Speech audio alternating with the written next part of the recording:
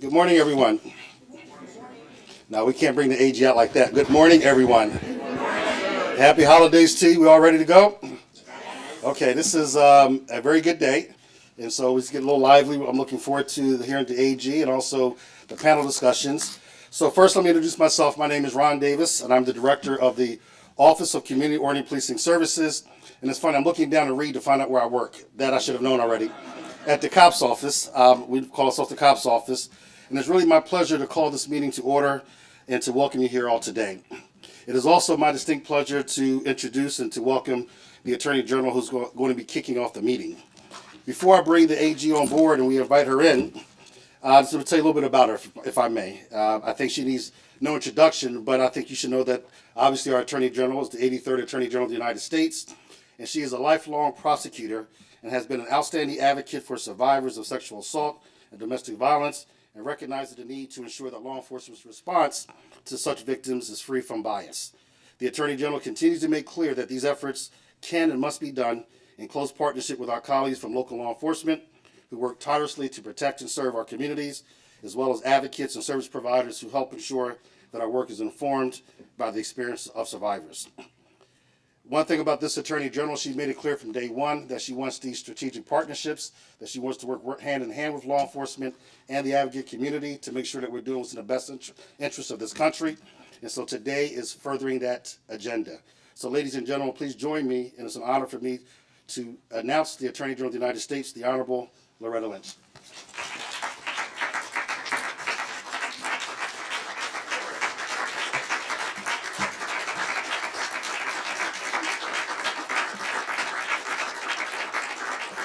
Thank you. Everyone have a seat. Thank you all. Good morning, all. Good morning. What a team. What a team. And I'm so happy to be here. I want to thank you, Ron, for that introduction. I am so pleased to be here today with so many of my colleagues from the Department of Justice who spent time working on this issue. You're going to be hearing from them later. Vanita Gupta, head of our Civil Rights Division, B. Hansen, head of the Office of Violence Against Women, and Director Ron Davis, whom you just met.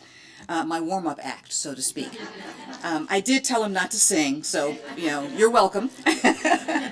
But Ron is the head of our Office of Community-Oriented Policing Services, and that particular trio should tell you the focus of the work that we're all here to talk about today.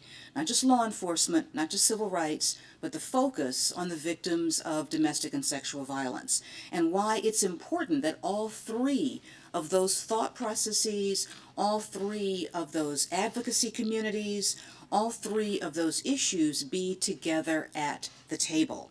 But I'm really happy to be here with all of you, because the fact that all of you have come here today for this important discussion is so important, because you are the advocates, you're the dedicated law enforcement officers, you're the community leaders that we lean on so much, and that we need, and that we have to have as part of this vital discussion about how DOJ, the Department of Justice, can help our state, our local, and our tribal partners, particularly our tribal partners, more effectively combat this scourge of sexual assault and domestic violence.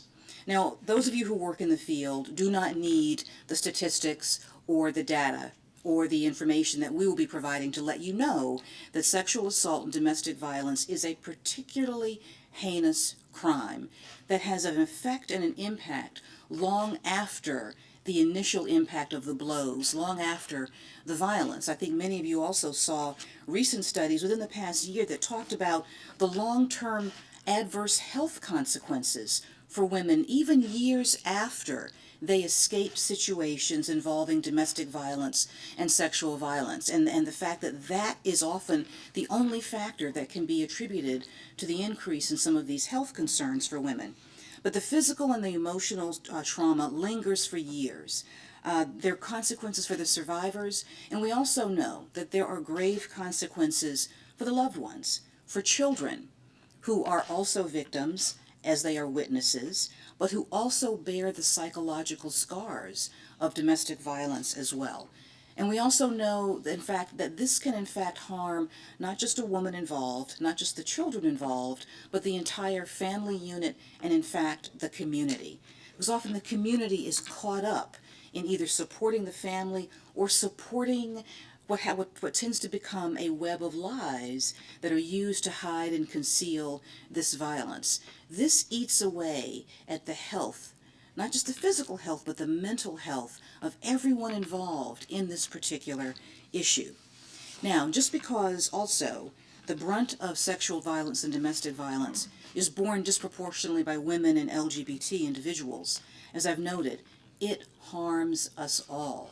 It weakens us all.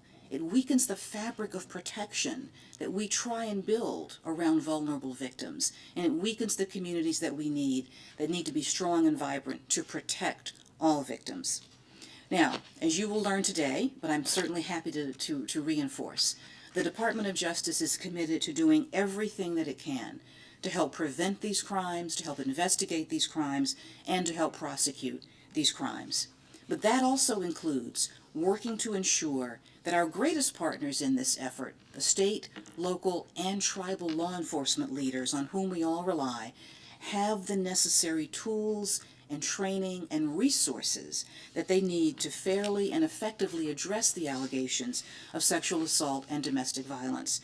Because not only do we know that this is a widespread problem, it's a problem that often hides in plain sight.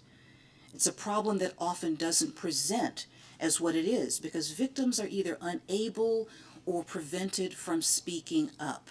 And so the goal in a victim-centered response, that is the goal, I believe, of everyone in this room, is how do we not only empower the victims to find a voice, but how do we train ourselves to recognize the victimology and reach out to them and help them find that voice.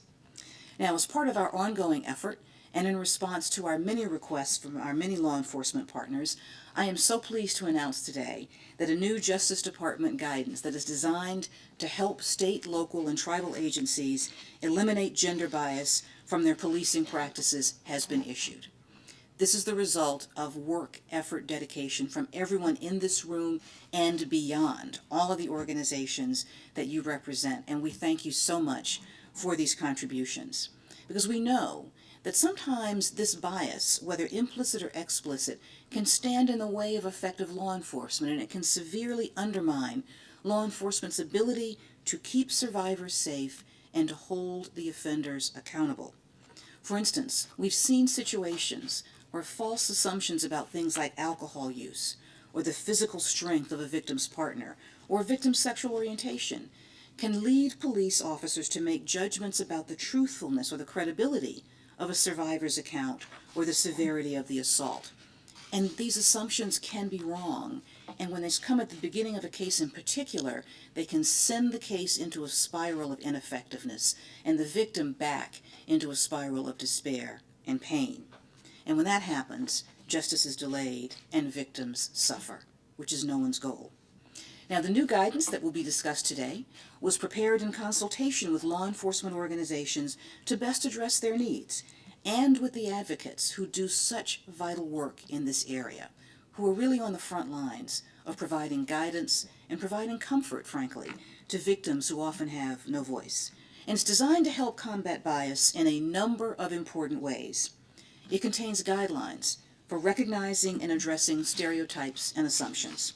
It contains interview techniques that encourage victims to share critical information, and it contains recommendations for gathering and using crime reporting statistics to inform an evidence-based and data-driven strategy.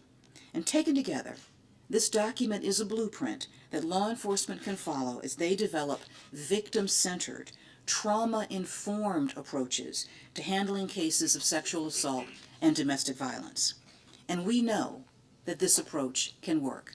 We've seen its impact before. Just by way of one example, in Missoula, Montana, after a 2013 Justice Department investigation found that several local entities were failing to meet their legal responsibilities in responding to sexual assault complaints, we reached 4 reform agreements. These agreements were geared toward changing the community's collective practices and policies. And thanks in large part to the extraordinary cooperation of the Missoula Police Department, Missoula has made tremendous strides. Missoula is providing more comprehensive victim services. Missoula is working to promote trust among members of the community, and Missoula is demonstrating that real and lasting progress can be made when we make it together. Now, the guidance that we are announcing today is an important addition to just a wide array of steps that the Department is taking to assist our state and local and tribal partners on issues of domestic and sexual violence. I'm tremendously proud, for example, of our National Institute of Justice, our research arm. We're working to help law enforcement better understand and address sexual violence, focusing on funding and research and data. Our Office of Violence Against Women, thank you, B, provides grants and technical assistance aimed at strengthening the way that we handle these cases. And I'm just going to steal B's thunder for a moment and note that the Office of Violence Against Women announced just today 7 pilot jurisdictions that will receive funds and technical assistance through the Sexual Assault Justice Initiative.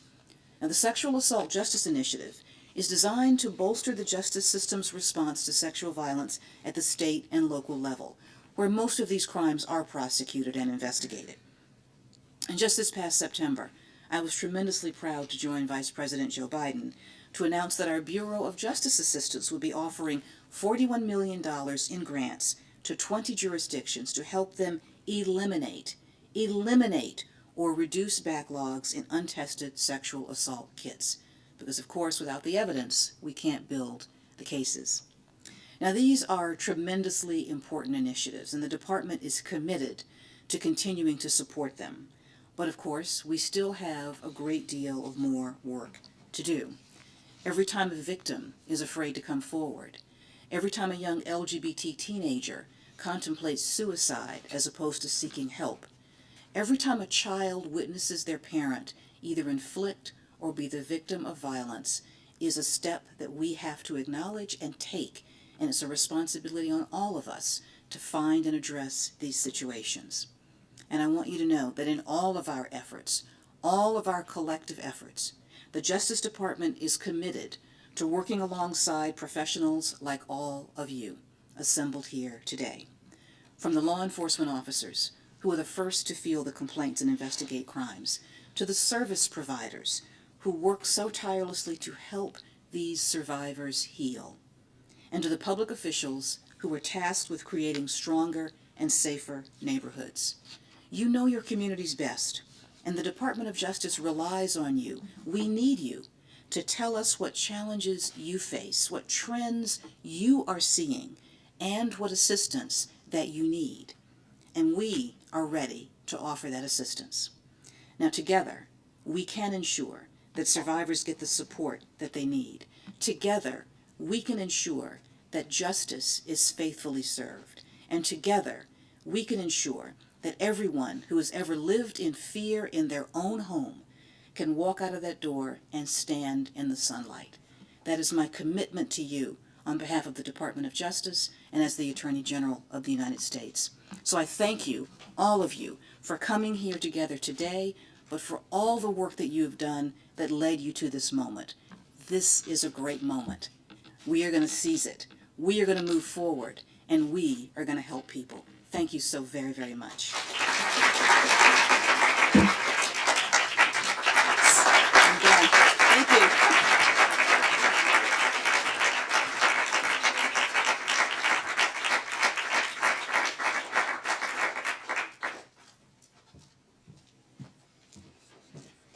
So I was given the very daunting task of following our incredible Attorney General. We should just call it quits and end the morning, but we won't, because we have a lot of good coming forth. I want to thank the Attorney General for her words. That she is always inspiring and always energizes us to do more, but her leadership at the Department of Justice and her unwavering dedication to these issues has simply been astounding, and she takes very seriously our commitment to protecting our most vulnerable citizens from harm.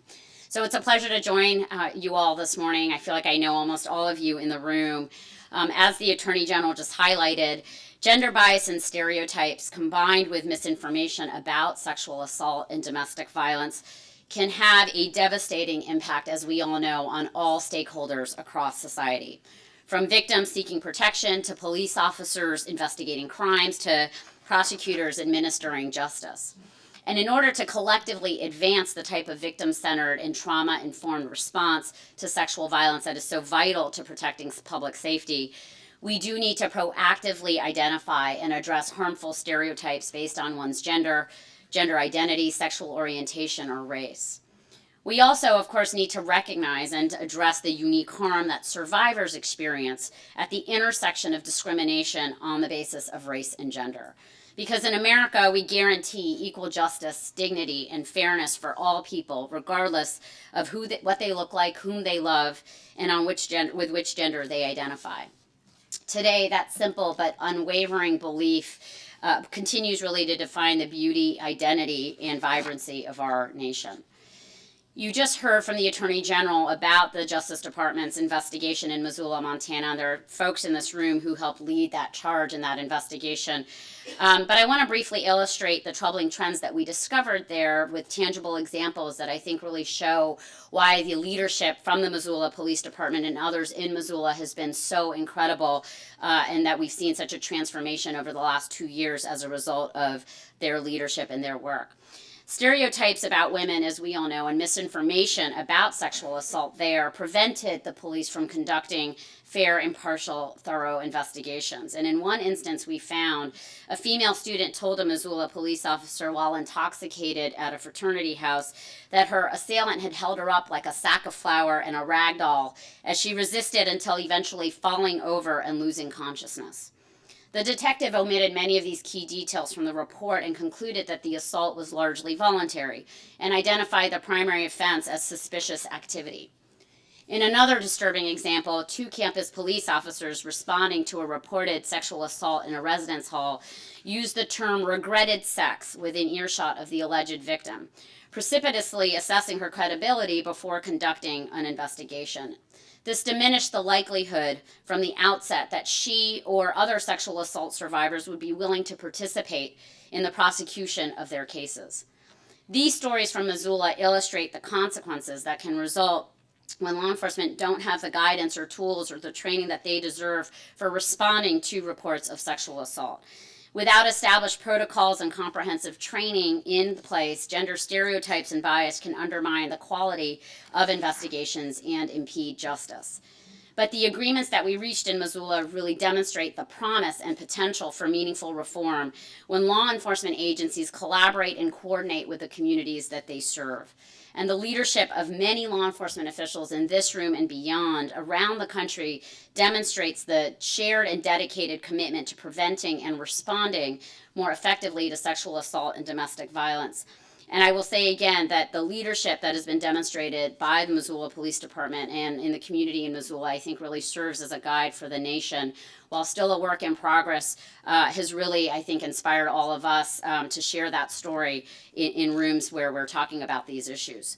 Today's guidance marks a critical step toward helping state and local law enforcement agencies across the country incorporate key principles into clear policies, comprehensive training, and effective supervision measures to more effectively protect victims of sexual assault and domestic violence. These principles include utilizing trauma-informed interview tactics that encourage a victim to participate, replacing prejudiced statements that assume what happened with neutral, open-ended questions to learn what actually occurred.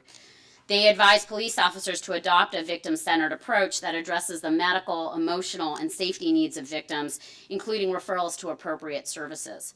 And they urge law enforcement agencies to train their officers in recognizing the potential for abusers to report domestic violence complaints preemptively, portraying themselves as victims rather than perpetrators.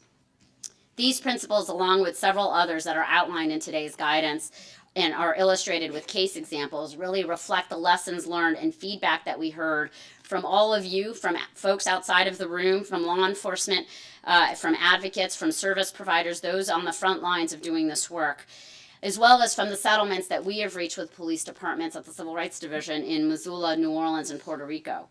Following each of these cases, an array of stakeholders, from law enforcement leaders to victims to civil rights advocates to service providers, really requested the Justice Department issue informative and detailed guidance. And really, it's because of you, survivors, law enforcement leaders, service providers, advocates. It's because you raised your voices and because you led the productive conversations about the very complex challenges that we're facing on these issues, and because you contributed thoughtful and innovative ideas. Today, we are taking a very significant step toward preventing the crimes of sexual assault and domestic violence that deserve no place in civilized society. I applaud each of you for your steadfast efforts so far, and I commend you for your leadership on this vital work. We are going to be relying on you to help push this out, to use the guidance to generate conversations in rooms all over the country like this one. And I'm deeply grateful to the partnership that the Civil Rights Division has had with the Office of Violence Against Women and the COPS Office with this important initiative. We heard from all of you recently at a convening where we got a lot of input into the guidance and what would be most useful to support law enforcement as they do their very difficult jobs in the field every day. And we've incorporated that plus the input of advocates. Many of you are in this room, and we are grateful for that input. I look forward to all that we are going to be able to achieve on this front to protect all victims of domestic violence and sexual assault in the future. So thank you so much.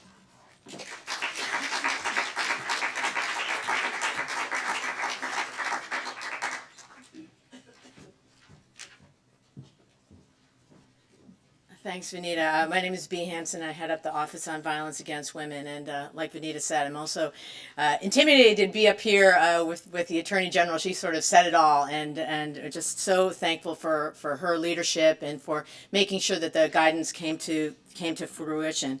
I also want to thank Vanita Gupta and Ron Davis, who are really my partners in doing all this. A high point of my tenure at the Office on Violence Against Women has been forging these true partnerships between the Civil Rights Division and the COPS Office, and it's really working with the extraordinary staff of the Civil Rights Division and the COPS Office. And also, it's an honor to join all of you that are here today, distinguished panelists and guests that are here this morning. Since the passage of the Violence Against Women Act, or VAWA, in 1994, the Justice Department has worked to improve the criminal justice response to violence against women, particularly through grant funding administered by OVW. Over the past 20 years, VAWA funding has yielded dramatic results in many jurisdictions across the country. It has transformed the way communities respond to sexual assault and domestic violence. Thanks to VAWA grants, law enforcement and victim service providers are working together as never before. We now have specialized law enforcement and prosecution units and improved training for police, prosecutors, and judges. Today, we have pioneering interventions and innovations such as enhanced offender training, domestic violence courts, and the use of evidence-based lethality assessments to curb domestic violence homicides. The Justice Department and our partners in law enforcement, prosecution, and victim services and elsewhere should be rightfully proud of all of our accomplishments. We should all be proud of the accomplishments that we've made. But we also know that our progress has been uneven, and many communities still struggle to implement effective responses to sexual assault and domestic violence. As you've already heard this morning, the Civil Rights Division has engaged in groundbreaking use of their enforcement authority to hold jurisdictions accountable for failing to meet their obligations to respond to violence against women.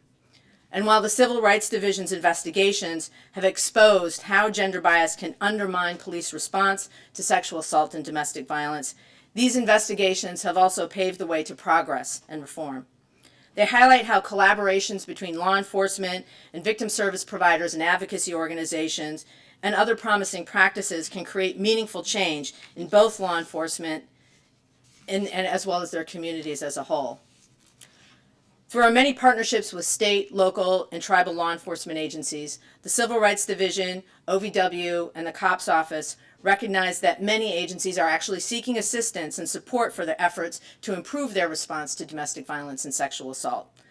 The guidance being issued today is intended to reflect and further our partnerships with police leaders, line officers, and detectives who are dedicated to policing in a way that's free from bias, to support them in keeping their communities safe.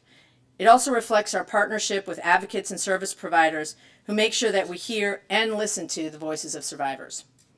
In a few moments, you'll hear from our panel of law enforcement experts and advocates about how this guidance can be implemented on the ground and some promising practices that they have witnessed in their work in the field. I want to thank them for their advice they provided to the department while we've been working on the guidance.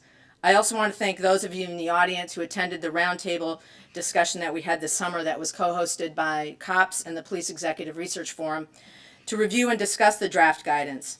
Your insight, criticism, and experience were invaluable in creating this final document of guidance.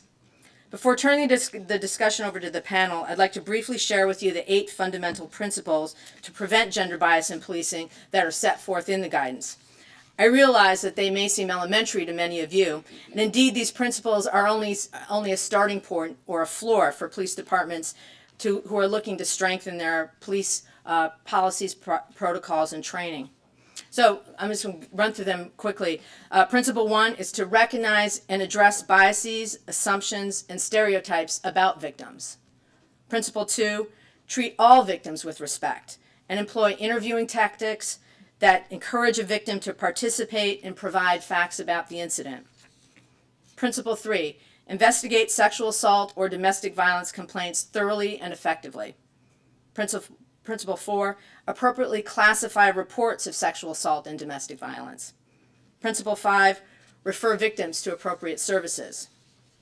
Principle 6, properly identify the assailant in domestic violence incidents. Principle 7, hold officers who commit sexual assault or domestic violence accountable. Principle 8, maintain, review, and act upon data regarding sexual assault and domestic violence. What these guidelines ask of us is to continue and to deepen our relationships between law enforcement and advocates, between all members of our communities. I want to thank all of you for your commitment in supporting victims, holding offenders accountable, and keeping our communities safe. I look forward to continuing our partnerships, identifying and testing promising practices through projects such as the new Sexual Assault Justice Initiative that the Attorney General announced earlier, and ensuring the VAWA funding provides communities with resources and technical assistance as they work to improve their response to sexual assault and domestic violence.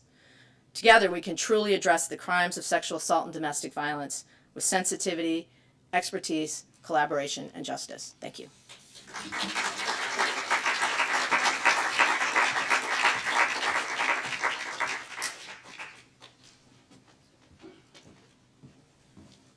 So we're about ready to start the panel, but before I just want to share just a couple words with you. In addition to being the director of the COPS office, my background is 30 years law enforcement. And we're doing this project, I think it was last August, when we brought the convening together, the COPS office along with PERF, the Police Executive Research Forum. And I saw all the law enforcement officers and the advocate groups, and we started talking about the issue. I have a confession to make. I really sat there and I started thinking about my response to sexual assault victims and to domestic violence and to a lot of issues that we're talking about going back 30 years into law enforcement, and started thinking about what did I miss. I started thinking about what stereotypes I had. I started thinking about the judgment calls that I made and how counterproductive they probably were, and that those were the times of the day, and that there's so many lessons learned now that there's really no excuse. And so for me now, this is a reconciliation, if you will. I can reconcile that. I can correct that by making sure now that the field really understands the impact that it has. And I think back to my 30 years, that I have to start with an apology, because I think that's the first way to start, is to apologize for how we have responded and have we have allowed these stereotypes, mostly implicit bias, to influence the decisions we make. And so now, as leading the COPS office, it was an honor for us then to partner with you to really talk about this. And I really want to thank Vanita and B for the way that they did it. My field is a very good field. We have very honorable men and women that serve it. But I think we engage and adopt things better when people respect our input and opinions as well. And to bring people to the table and to hear all sides of it. We really started realizing there's really only one side. But until you meet, you don't know that. So I really appreciate the way that it was done. I think that was very respectful for the industry. And I think the industry is going to respond in kind in the way we now distribute this, the way we implement this, and the way we make sure that we strive to do better. The motto for my office and the COPS office, I have said, is the COPS office is here to help the field advance the field. And I said that because coming from the field, when I got to D.C., I always teased my staff, I started searching the building, looking behind doors, into closets, under the desk, to look for those magic answers, the answer to the problems that we all have. And bottom line is we don't have them. We do not have them in D.C. You have them. You're out there every day on the ground working with victims, working with survivors, working with offenders, holding them accountable. You have the solutions to it. So any guidance that did not engage you would be, in my opinion, very incomplete. So it's also, I want to thank the advocacy groups for engaging and making sure that we have a full response. And I'll close with a thought that also my staff gets tired of hearing me say it, but it's one of my favorite phrases.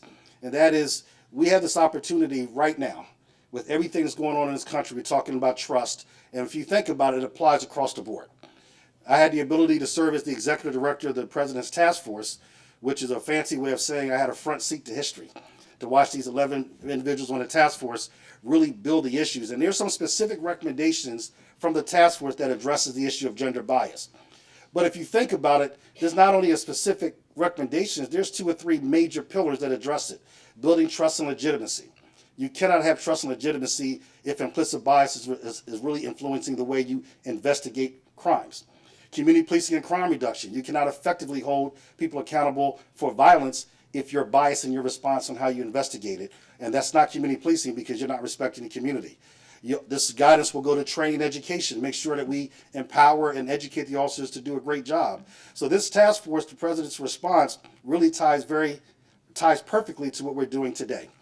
But to me, what comes out of it during this moment where trust seems to be so important, this moment where it is a question of whether or not we should earn the trust, or that we have earned the trust, although I think we are heading down that way, is keep in mind this phrase, that to me, public safety, the way we should redefine it today, is public safety cannot just be the absence of crime, it must include the presence of justice. And until I started working on this project, I think justice to me was always a process. And so I have to expand that definition as justice for the survivors and victims as well. And that means starting from the moment the officer gets the call, or actually the victim makes the call, to the moment the offender is prosecuted and held accountable. And so I want to thank you for the education you have given me. It is now my responsibility to make sure we share this with the field, and together I think we can make sure that this is something that will make the defining moment. As the Attorney General said, this is one of her priorities. And so I'm really excited about today. And I want to thank you for all the work that you have done, and most importantly, all the work that you're about to do. Thank you, guys.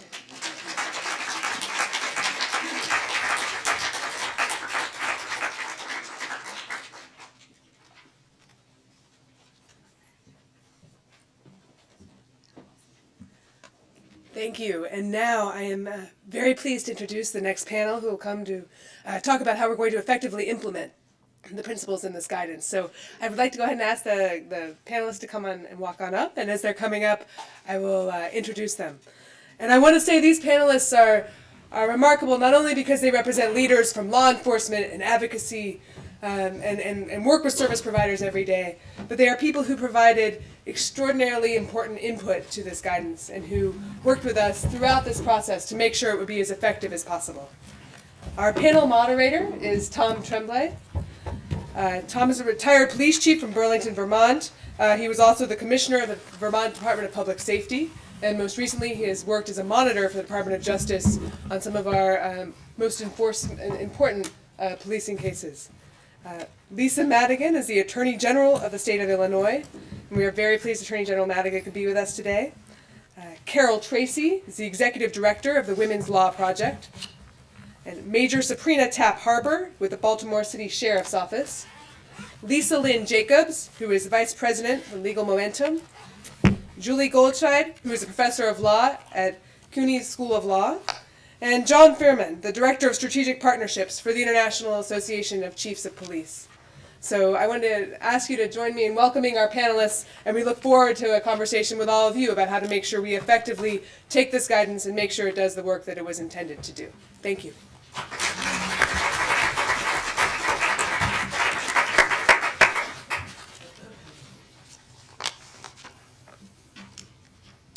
Thank you. Good morning. It's a pleasure to be here. I'd like to thank the Department of Justice for asking me to moderate this panel.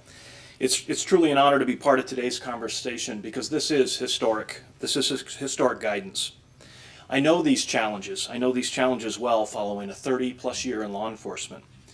I also spent 2 years as an independent monitor for the Department of Justice agreements with the Missoula Police Department and the University of Montana Police Department, as the Attorney General and the Director of Civil Rights Division said. It was a pleasure being a part of that process, and real quickly, in Missoula, it's been described as transformational. And the transformation started with, again, a courageous conversation by the Missoula Police Department around examination of gender bias, the potential for gender bias in its response to domestic assault and sexual assault. It also included a community coordinated response, a true community coordinated response, which created policies and standard operating procedures, complete with full multidisciplinary team input on these policies. The University Police Department, the City Police Department sharing in policy language for consistency in its response. Over 5,000 hours of training on sexual assault in the city of Missoula and the university for its police department, for both police departments. A real connection, a real commitment to creating training and assistance to supervisors, making sure that supervision is a key part of any transformation. Data collection and analysis, looking at your data. No police chief wants to believe that there is a concern for bias of any kind in its department, but it really starts with understanding and examining the potential, looking at the data, and then analyzing that data for trends. A creation of a special victims unit. This is all within 2 years. The Missoula City Police Department recognized they needed a specialized unit, and again, the courageous leadership that they exemplified in following this guidance resulted in going beyond the guidance with the creation of a special victims unit. A multidisciplinary special victims unit that includes advocacy involvement from start to finish, to include advocacy involvement in police interviews. I think one of the most exciting lessons out of Missoula is the external review panel, in which 4 advocates in the community were specially trained to understand the policies and then provide additional information and guidance and feedback to officers who responded. The external review panel members, 4 community members with advocacy background, provides feedback to officer on all felony sexual assault cases. They review every case. A community safety and accountability audit that focused specifically on sexual assault and the gaps in sexual assault, which also identified a potential for a societal bias around these crimes. And again, the community is addressing this, not just the police department. And then finally, memorandums of understanding between local police, university police, the university, and the prosecutor's office to make sure that there are no gaps in the system, to make sure that there's clear communication between all of those involved in ensuring justice for these crimes. Missoula is a great example of what a community can accomplish when police departments use that helpful guidance and take leadership. A leadership role to better protect and vindicate the rights of domestic violence and sexual assault victims. The work in Missoula, as I said, has been described as transformational.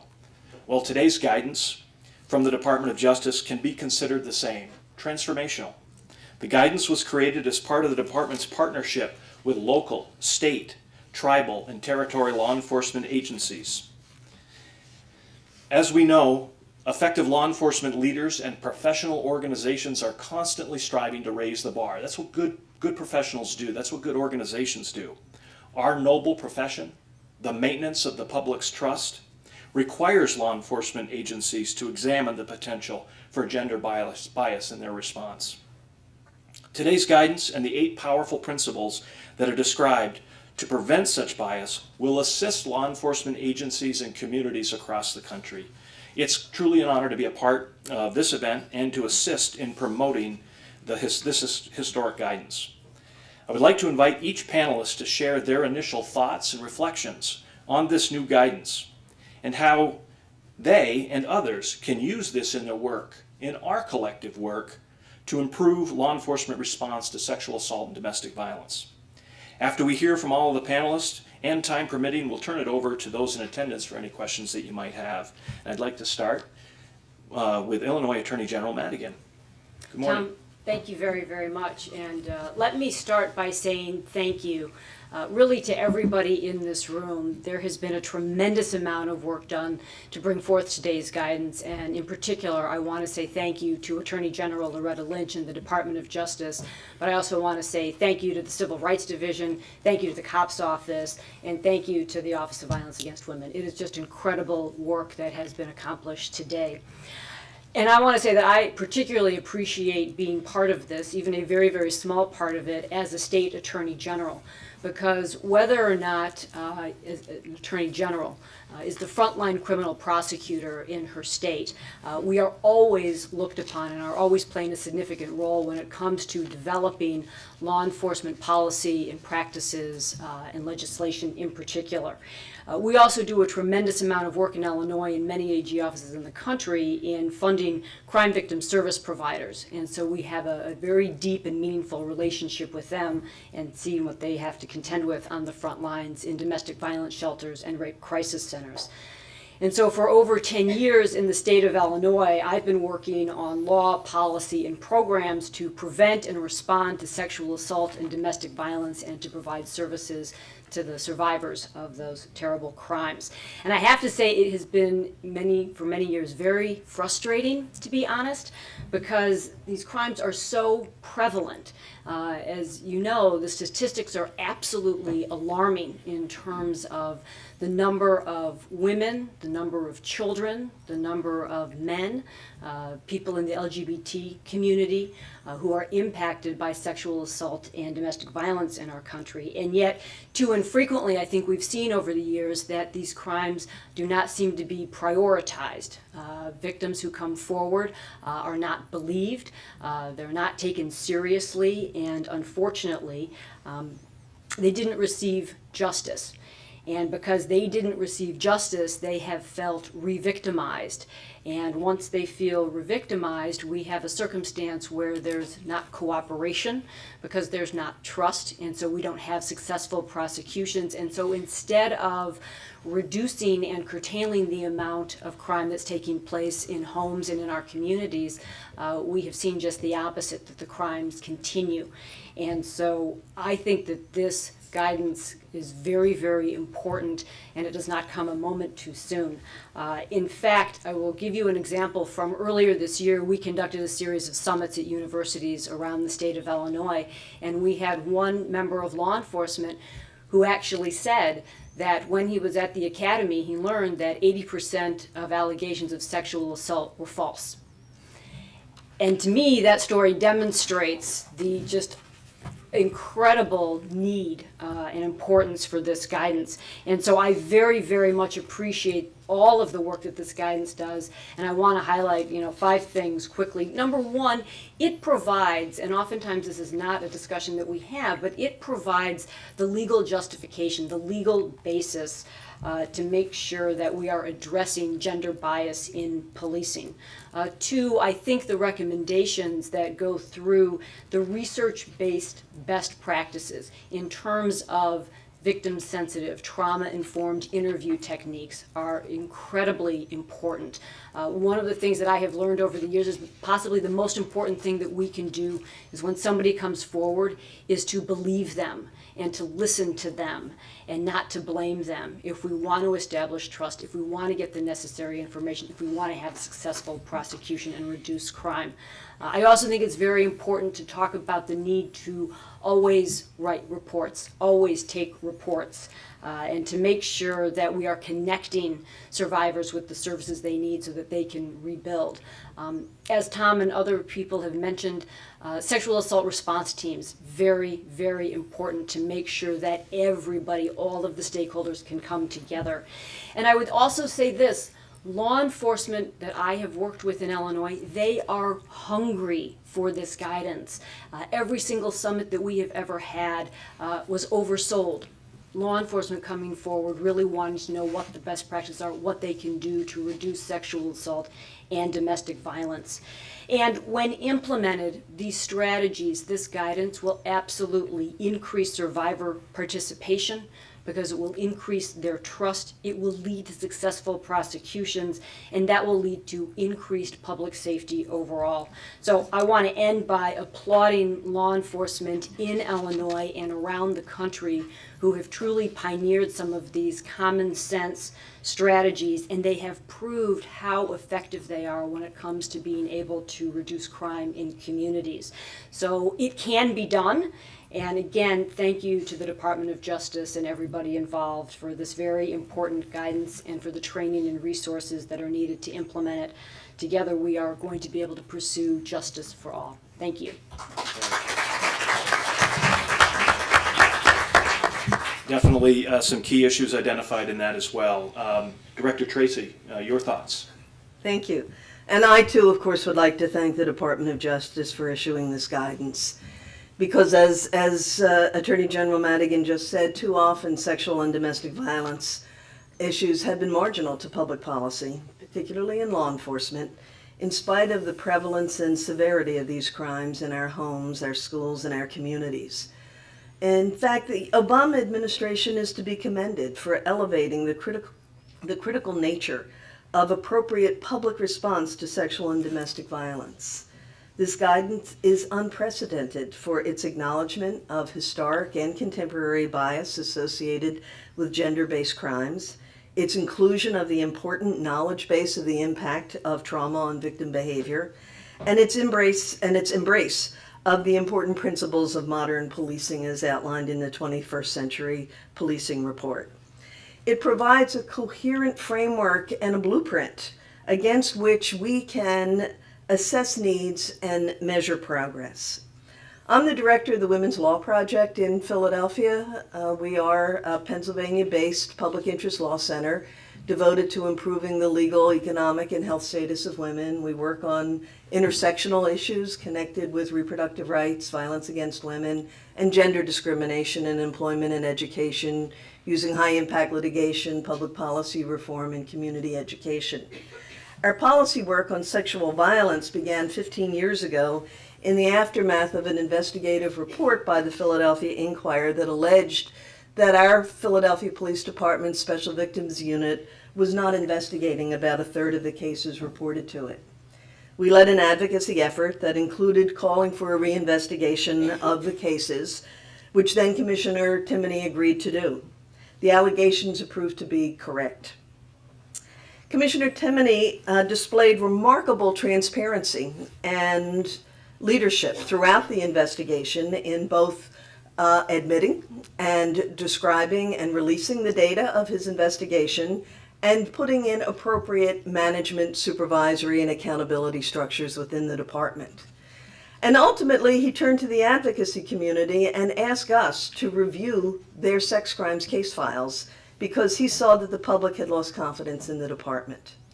This innovative approach turned a confrontation into an extremely productive collaboration that continues to this day under the current leadership of Commissioner Charles Ramsey.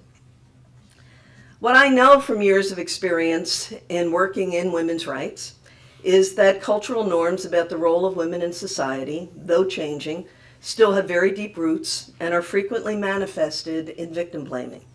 Rape victims are profiled as liars, from campus to Cosby, and domestic violence victims as perpetrators. Women have been viewed legally and socially on one hand as the property of men and on the other as responsible for male behavior. And it would be foolhardy to suggest that police are immune from this bias, any more than prosecutors, judges, or the jury pool, or society at large as we know it. So it takes a lot of hard work to undo centuries of deeply ingrained attitudes and beliefs. And of course, this kind of bias, gender bias, is exacerbated when racial bias is added to it.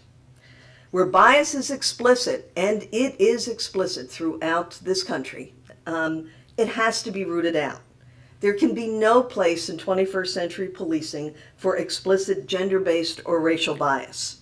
Acknowledging the deep seeds of implicit bias is a bit more challenging and complex, but it's absolutely necessary in responding to the diversity and changing norms of 21st century America. And again, kudos to the department for recognizing this and taking on this issue. I also want to acknowledge how hard the work is. We review 400 to 500 cases over a 3 or 4 day period, and I never look forward to it. I hate reading the circumstances of vile human behavior. And I'm only reading paper.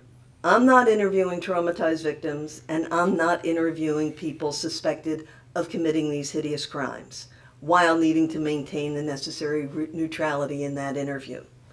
I have enormous respect for the police who do this and do it well, day in and day out. I understand that some get burned out. Vicarious trauma is real. Some make mistakes. And also that some simply should not be doing this work. And that is one of the reasons that our case review is effective, because our eyes sometimes catch problems that get lost in the chaos of the day-to-day work in the department. We're proud of the work we do in Philadelphia, but we don't in any way think we're done. There are plenty of principles that are outlined in the guidance that we need to work on more fully.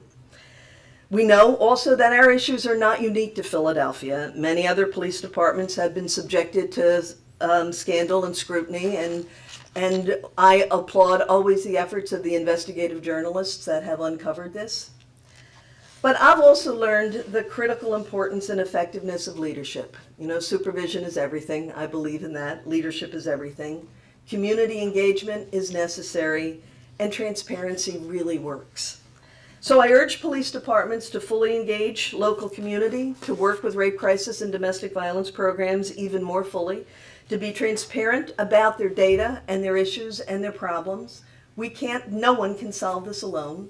In many cases, we know that police response should actually be the last resort to dealing with issues of sexual and domestic violence, and frequently it is the only resort, and it has to be good.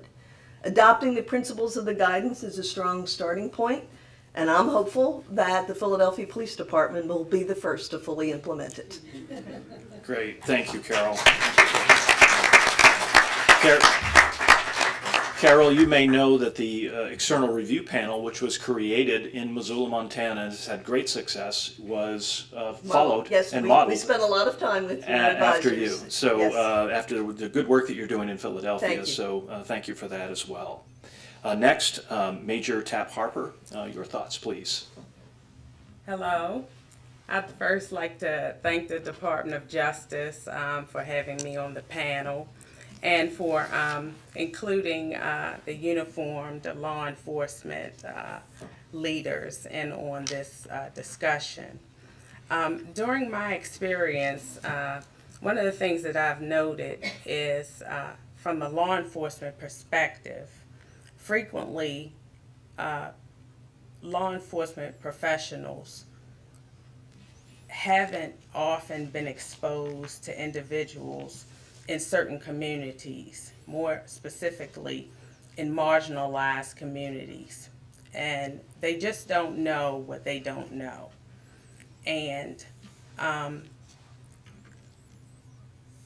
frequently they are just not informed. So it's not that they're trying to hurt anyone. And what this guidance does in particular is it provides law enforcement leaders with an additional tool to assist with development of policy and training. I believe that first and foremost, in law enforcement, everything we do begins and ends with training. And it would be critical for this guidance to be integrated at every level of training.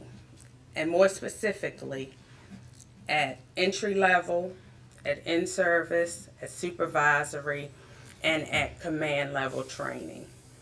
And what I mean by being at entry level, of course, at the recruit level training, I think that it should be there. At in-service training, particularly because this is when police officers can become very cynical. I think at roll call training also would be a good idea. At supervisory training, because supervisors frequently need to be reminded to follow up and monitor the behavior of what the officers are doing, and also at the command level, because that's often where I'm finding that the training is missed. you may hit the bias training on all the other levels, but then frequently the commanders have absolutely no idea what is going on at all these other levels within the organization. So I would also think it would be a good idea for the guidance to come in at the command level, and also for it to be implemented as part of the policy in organizations. Additionally, as a part of promising practices, community involvement, I think, would be an excellent idea. And what I use as an example, when I was the Northern District Commander, I brought the transgender community into the Northern District to help and assist me with training. Because once again, I would add that I don't think that people oftentimes are trying to hurt anyone, but some of the comments that could be used and could be offensive and harmful, I want the transgender community to come in and assist me with the training to help to drive some of this information forward. And it was very helpful. And not only that, it also helped to forge relationships with the officers within the district. And months later, they ended up giving us information that assisted with criminal activity. And this was information that we would not have known otherwise had not these informations and that had not these relationships been gained through that training. So it was not just effective for the officers in one way, but it was also advantageous for us in another way. So I think that that's a very promising practice for community involvement as well. I also think that the in-service training can also remind the veteran officers of the importance of aggressively investigating these types of cases. Sometimes when they have years on, they can sometimes forget how important it is to continue to aggressively investigate these types of cases. So one of the other things that I wanted to mention about that whole community piece is also the interfaith community as it relates to sexual violence. I think that the community liaison should be used to get this guidance information out. Many times the community interfaith leaders are the first point of contact for individuals who are in this type of situation. So if we can sometimes forge some type of relationship with them and get them involved some type of way in the training as well, I think that could be beneficial also.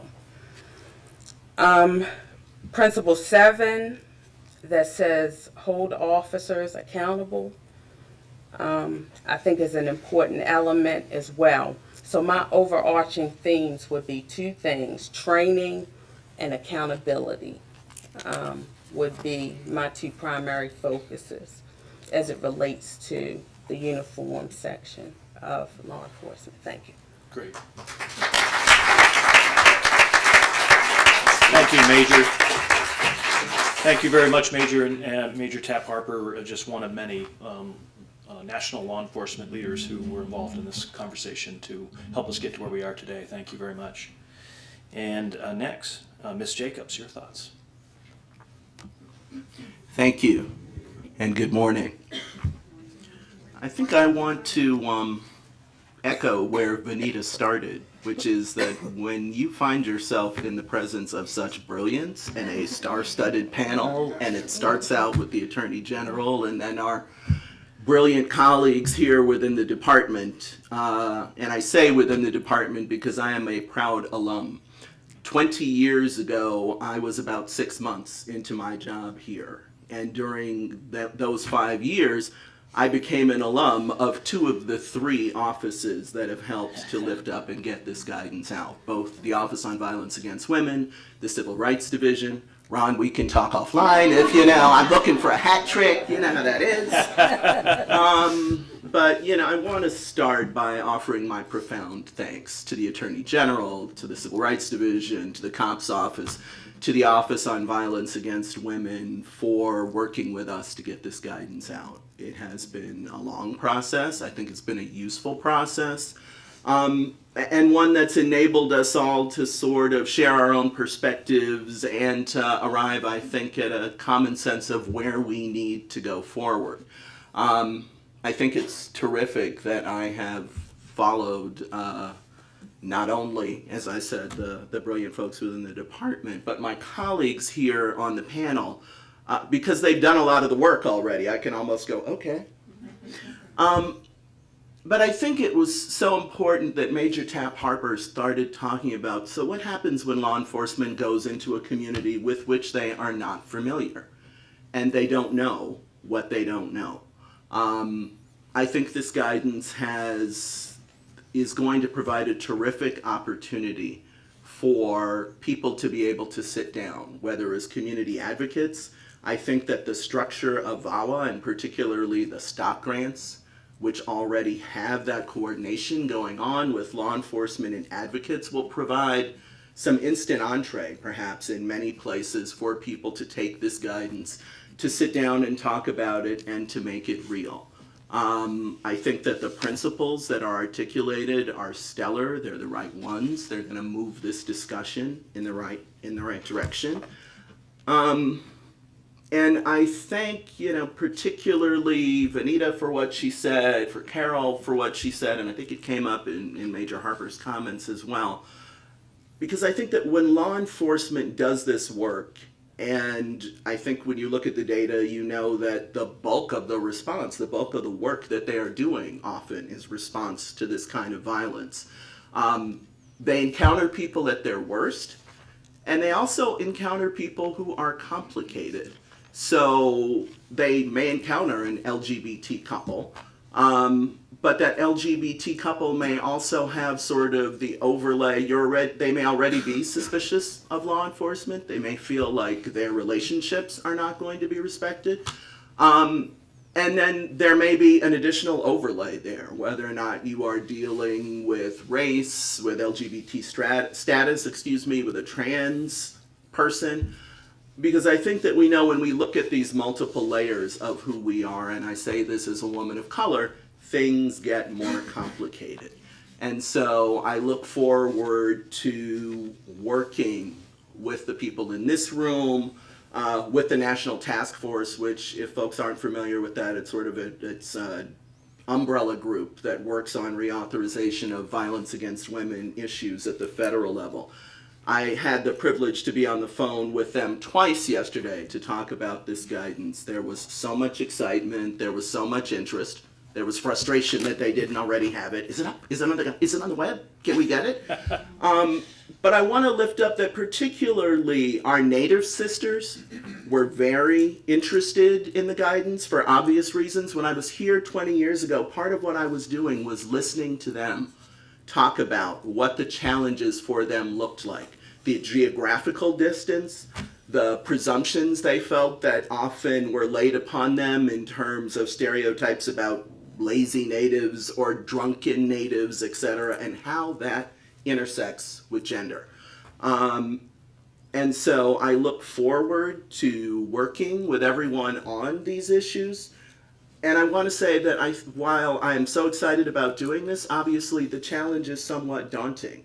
One of the things that many of us have looked at and heard about this year is a survey that the National Domestic Violence Hotline did.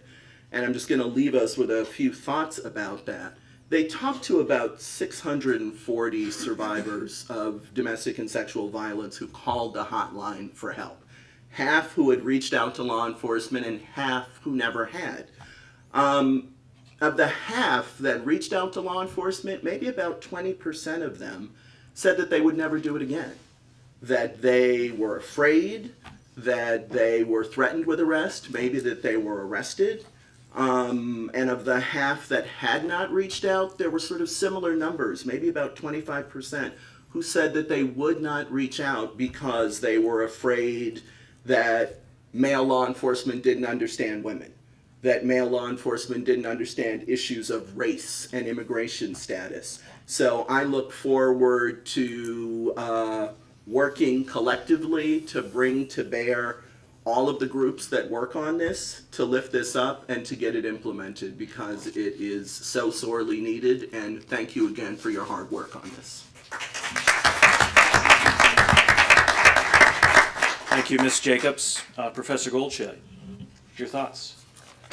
Thank you. Well, I want to echo the thanks to the panelists, to the department, to the Office on Violence Against Women, the COPS office, for all of the work that has led to this day. I'm honored to be here. It is a little daunting to follow all of the speakers this morning. I almost, as I said, I think we should just go and start getting to work, because there is so much to be done. But this is really a memorable day and has brought together a lot of the work that we've heard about and a lot of the work that has gone on. So I want to commend in particular the department for its work in developing the guidance, and also for its work in responding to complaints and investigating complaints on the ground, and for working with local law enforcement to eliminate gender bias in policing. And I'm in particular referring to the investigations that we've heard about this morning, some of which we've heard about this morning and others which you all know about. The guidance importantly identifies really critical principles that I won't repeat. You've heard about them. And importantly calls on law enforcement officers to translate those principles into policies, training, and supervisory protocols. And I think that's a point of departure for all of us to think about after today. I thought it would be helpful to reference a recent survey of service providers who work with domestic and sexual violence survivors that was conducted by the University of Miami School of Law, the ACLU, and CUNY Law School. This was really a complement to the survey of hotline callers that Lisa Lynn mentioned, because the report really reminds us of why we're here today, of the challenges we face, as you mentioned, and the work that remains to be done. Despite all of the critical and good work that has been done over the last few decades, an overwhelming majority of service providers still report that police either sometimes or always don't believe survivors or blame them for the abuse. Many raised concerns, as you won't be surprised to know, about gender bias, and also raised concerns about biases against African American women, Latinas, Native American women, Muslim women, women of other ethnic backgrounds, as well as general bias against immigrants and LGBTQ identified people. There was widespread concern remaining about the ramifications for survivors who have criminal records, who are sex workers, those with histories of mental illness or drug addiction. And there's a deep concern in communities about collateral consequences of law enforcement involvement, including involvement with child protection services, with fears that calling the police will trigger immigration or deportation proceedings, fears that arrest would lead to loss of housing, employment, or welfare benefits, or that the survivor herself would face arrest as a result. At the same time that we still face these challenges, service providers talked about many useful practices. They talked about the importance of leadership from the top, and I think we've heard some really stellar examples of that we can all aspire to promote. It suggested that periodic reviews, similar to the ones we've heard about, from the community can be really helpful. They talked about how community-based practices, such as coordination among law enforcement, advocates, and service providers, particularly to address high-risk individual cases, have been really useful, and how multidisciplinary response teams that coordinate efforts from multiple governmental agencies have been really helpful, and also how task forces, coalitions, and partnerships between service providers and law enforcement to explore systemic issues and promote good policies can really make a difference. One thing we know after all of these years of work is that domestic violence and sexual violence are really complex problems, and they require nuanced solutions. And as I said, I commend the department for bringing us together to take a next step in that regard. The report interestingly highlighted that a majority of service providers weren't aware of the Department of Justice's oversight authority. And while, of course, that authority and the capacity of the department is limited, I think that tells us that we have a real opportunity for public education here. So, what are some things that we might do going forward? What are some ways the guidance might be used in communities? Well, public education materials might be disseminated with a summary of the guidance, including information about how to lodge a complaint where that might be appropriate, how the process of starting an investigation might work, again, where appropriate. The guidance can be a starting point for local convenings along the lines of what we've heard about, to have conversation between law enforcement, community partners, service providers, advocates, survivors, to talk about how to improve practices and policies. It can support the kind of training we've talked about, both on gender and other forms of bias and how those biases affect policing, but also about the collateral consequences that I mentioned. They will require a nuanced response, but they're critically important for us to pay attention to. I have no doubt that local advocates and local law enforcement will come up with many other creative strategies that will respond to the needs of particular communities. I look forward to being a part of those conversations, and again, really want to say thank you for your work on this.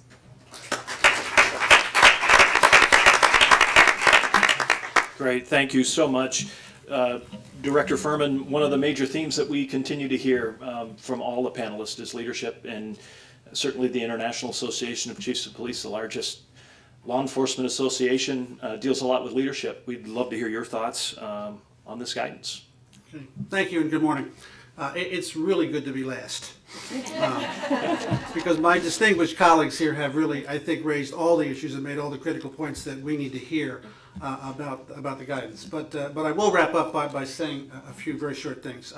First of all, I want to thank everybody in this room. I think everybody here is clearly passionate and devoted to improving the way we respond to sexual assault and domestic violence in America. And I want to thank everybody here. And I will, of course, pick on and especially thank Vanita and Ron and Bea, because IACP, for all the good work we've ever done, we've done the best work when we do it in collaboration with the Department of Justice, so thank you so much.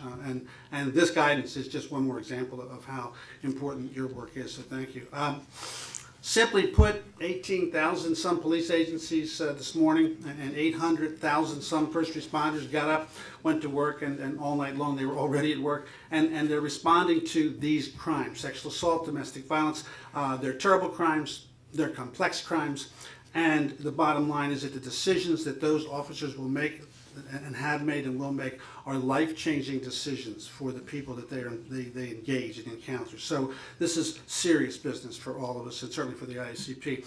We've spent over 2 decades working with the Office of Violence Against Women and others to come up with best practice policies, protocols, and training on these issues. And I have to and I must, and I will thank Aviva Koresh, who has led that charge at ICP for so many years. Thank you for being here. And she'll be critiquing my presentation in the back of the room later. But the bottom line is that this bias issue is there. It's real. It exists everywhere.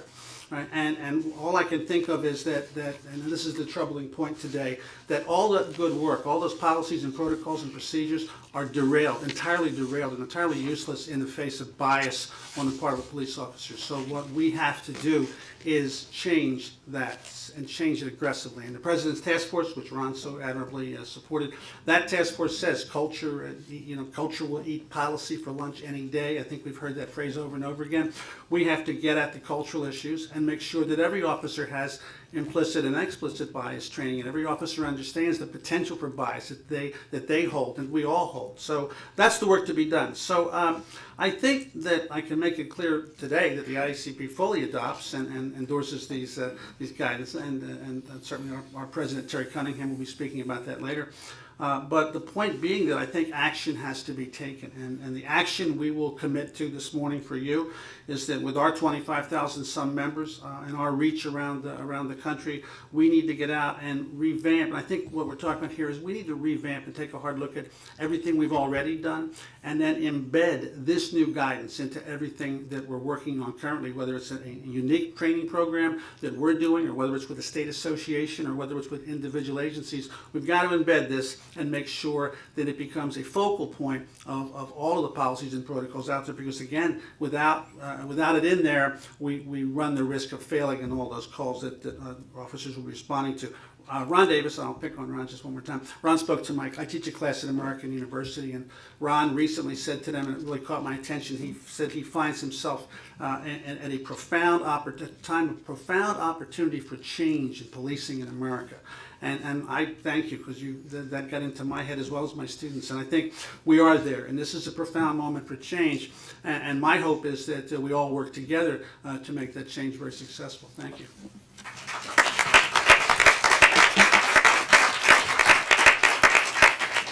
Excellent. We have about 10 minutes left, and I just thought I'd summarize before I push it out to the participants here to hear any questions that you might have for the panelists. There were some major themes in this, and the first was really an examination.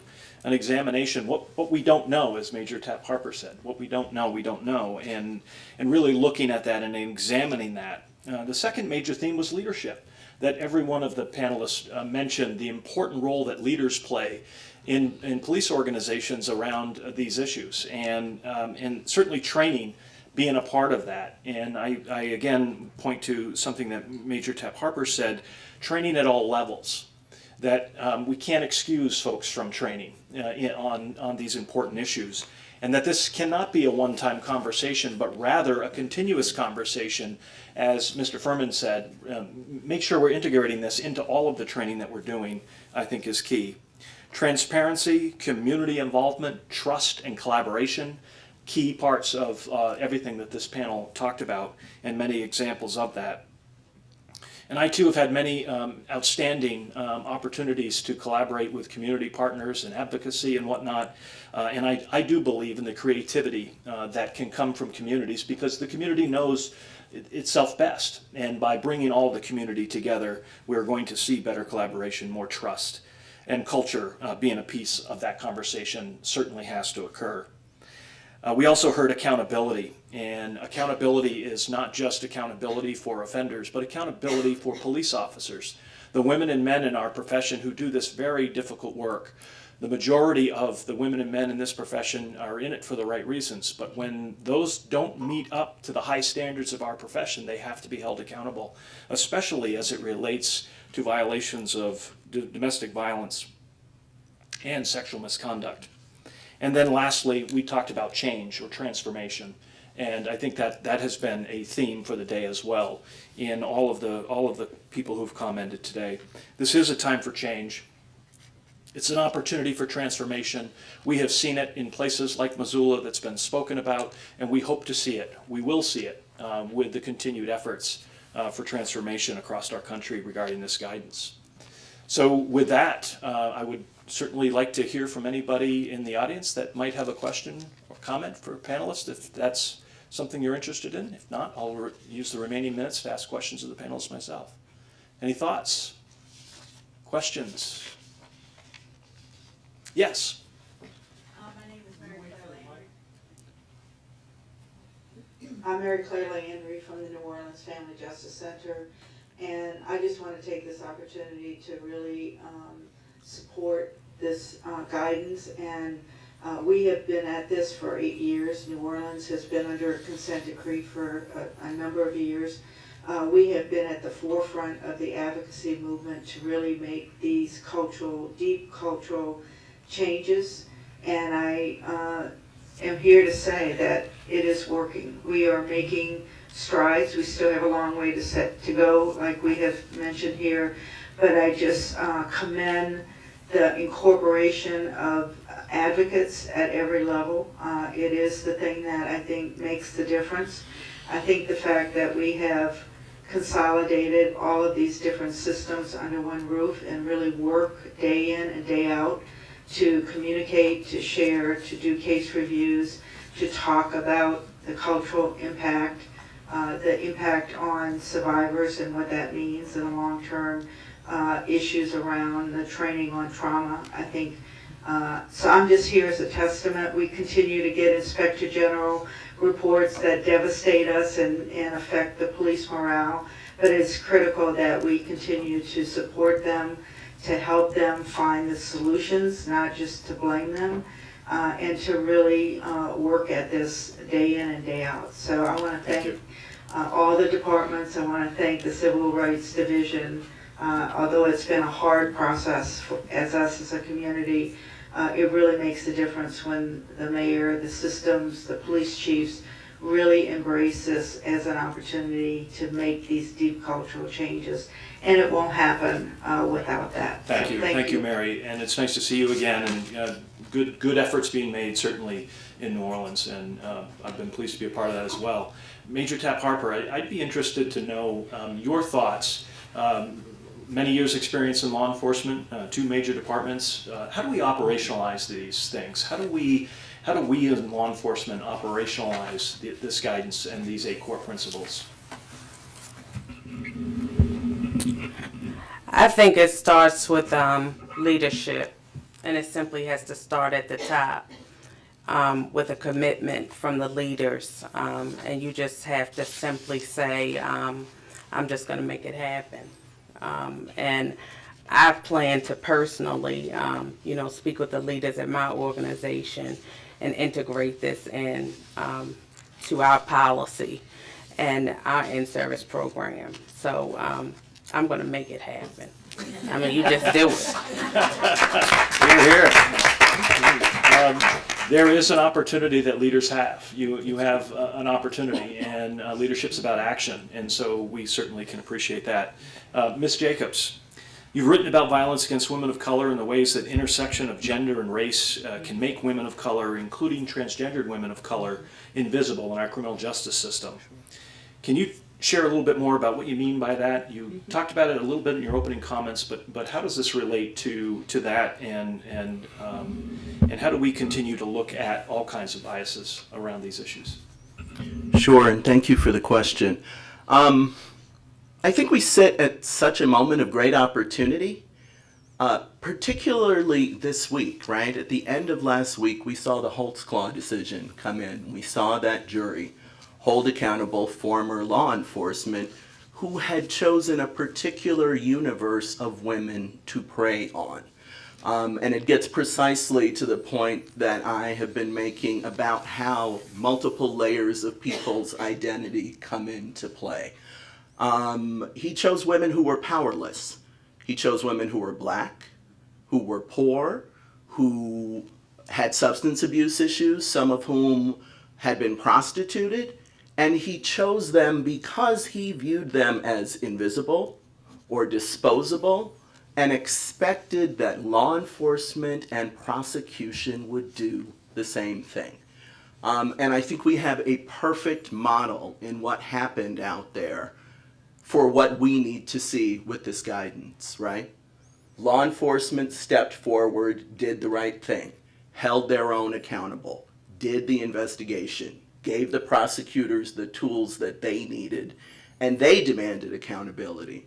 And that jury, and many of us, myself and others, were very concerned. It was an all-white jury that was going to be looking at crimes committed against imperfect victims. No victims are perfect, but again, the choice had been made by the former law enforcement officer to prey on people who were least likely to be deemed credible, and who did not, to my point about people who don't call law enforcement, they didn't reach out to law enforcement, except that last victim, when the law enforcement person made a mistake. They didn't reach out because they didn't expect to be believed. So what law enforcement did in that issue is the bedrock of restoring trust. They saw those victims. They said, we see you, we hear you, and we are demanding accountability for you. And that, combined with some of the things that Major Tap Harper was talking about, pulling in communities of faith, looking at how culturally appropriate, linguistically appropriate responses can be brought to bear, is how we're going to get our arms around it and how we're going to get this work done. Thank you. Great. Well said. We have time for one final question from the panelists. Actually, can we take a question from the audience, please? The microphone, thank you. Good morning. Thank you very much. This has been phenomenal. One of the things that I've really been working hard on, I do work with the Air Force, and one of the is what you all talked about. You really touched on this automatic default when it comes to sexual assault cases of believing that it's not true. I call it, when I do the trainings, I call it the myth of false reports with respect to sexual violence. And I guess my question goes to what types of checks and balances do we need to implement in order that this automatic default isn't gone to? It's about a cultural change, and it's about, as you said, leadership at every level. You know, we can't have a training go by where they sit in the classroom, they sit and hide and everything, and then go by the water cooler and start talking, you know, this is this is that. There are individuals that I know growing up in law enforcement and being a cop, there are individuals in there, not only the official leaders, but the unofficial leaders who can be change agents. And we have to find ways, to me it seems, to make them change agents. We have to make policy have teeth. And so that there is nowhere for that individual to hide. I like calling it turning the lights up, because when you turn the lights up, the roaches scurry, right? Mark Wynn would tell us all the time, make that stove hot, because a thief won't steal a hot stove, right? And those types of things, and a lot of times, to me, it seems there are elementary types of things that we implore, but this is a top leadership issue, but it's also that first line supervisor who sees their men and women day in and day out and has the ability to really ensure some accountability. How do we make sure they're doing that? Anybody, Carol, want to start? Well, you know, I do think that the audit process we have in Philadelphia is a good model. Clearly, the military has also been to visit us to see if it can be replicated, because it does root out problems, and it does lead to policy changes. And quite frankly, when you think about the Philadelphia Police Department's work being reviewed by feminist lawyers, just imagine what that reaction was like. But it's one where they've learned that it's useful, that we see things that they don't. And sometimes some of the things that happen, there was one year when a group of individuals we put in a pile problems that we have, and it turned out we all had identified one officer, not knowing it, because the participants in this are Women's Law Project, Women Organized Against Rape, Support Center for Child Advocates, and the Children's Alliance. So we had all identified one individual whose interviews had turned into interrogations.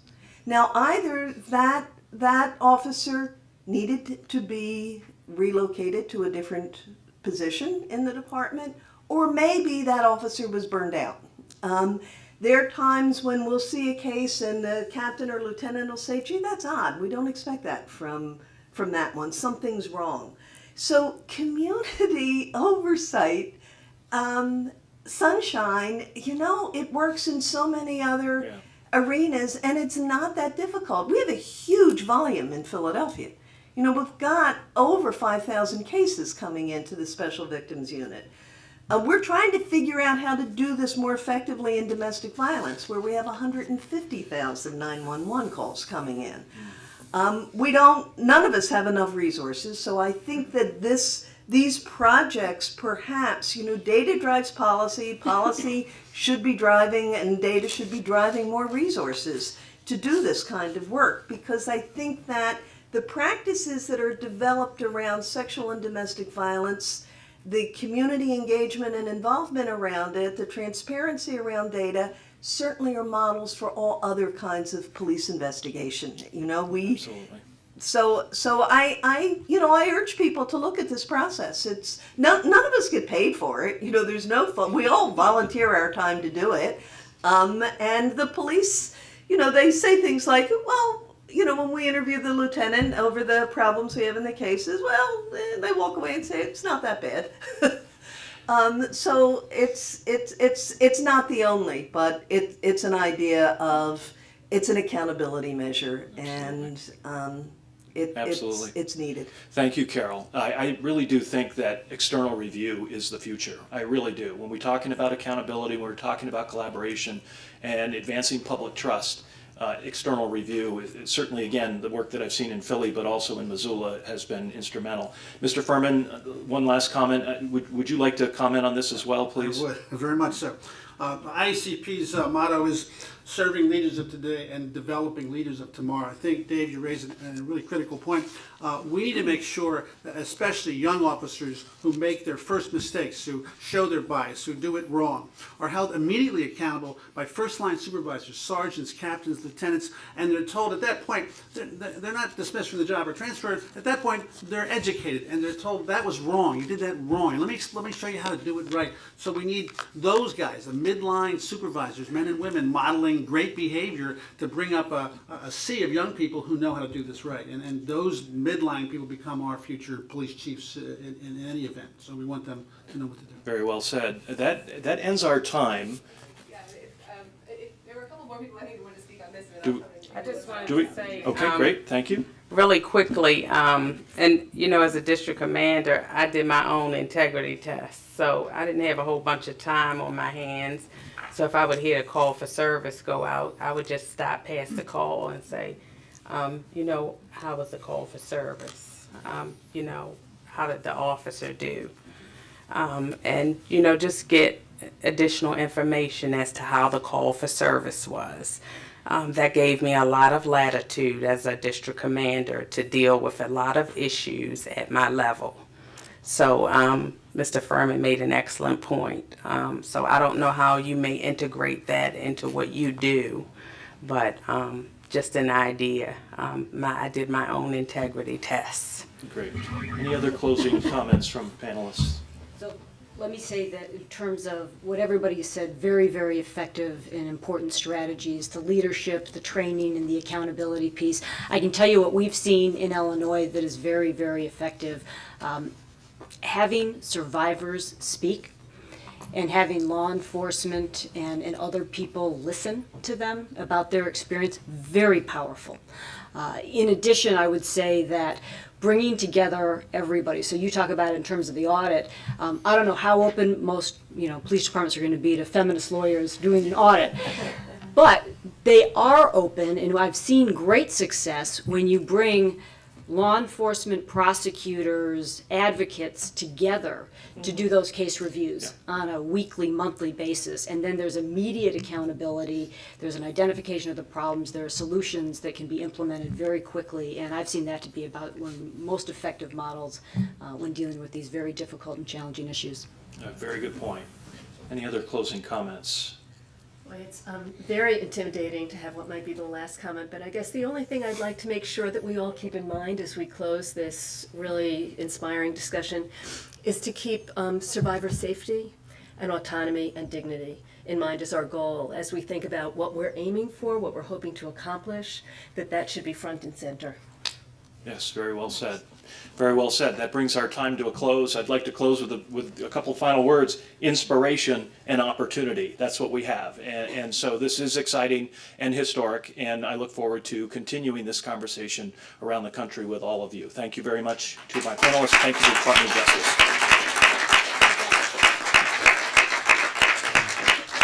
Thank you, and I think along the lines of themes, I wanted to echo Major Tap Harper in terms of commitment. And I think you've seen commitment from the very top of the Department of Justice to all of our state and local law enforcement leaders who are here, as well as advocates, that we are taking this guidance and we are going to use it and we are going to make sure that it is implemented effectively. So thank you all for coming today, and thank you all for your commitment.